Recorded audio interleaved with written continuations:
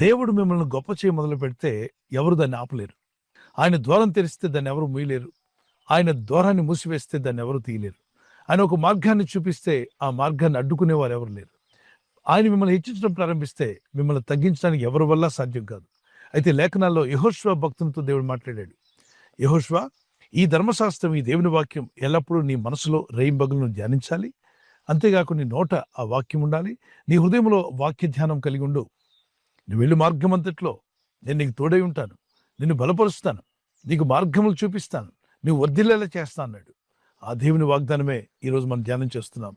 మీ చుట్టూ అనేక మంది మీకు విరోధంగా ఉండొచ్చు. మీ శత్రువులు కానీ, మీ విరోధులు కానీ, మిమ్మల్ని దుఃఖపరిచేవారు కానీ, మిమ్మల్ని అవమానపరిచేవారు ఉంటే మీరు దేవుని యందు విశ్వాసం ఉంచి ప్రార్థించడం మానకండి. మీ శత్రువులను క్షమించండి. మిమ్మల్ని హింసించే వారి కొరకు ప్రార్థన చేయండి. ఎందుకంటే నువ్వు ప్రార్థించే వ్యక్తిగా ఉన్నప్పుడు ఒకని ప్రవర్తన యెహోవాకు ఇష్టమైనట్లయితే వాని శత్రువులు సైతం మిత్రులుగా చేస్తున్నాడు.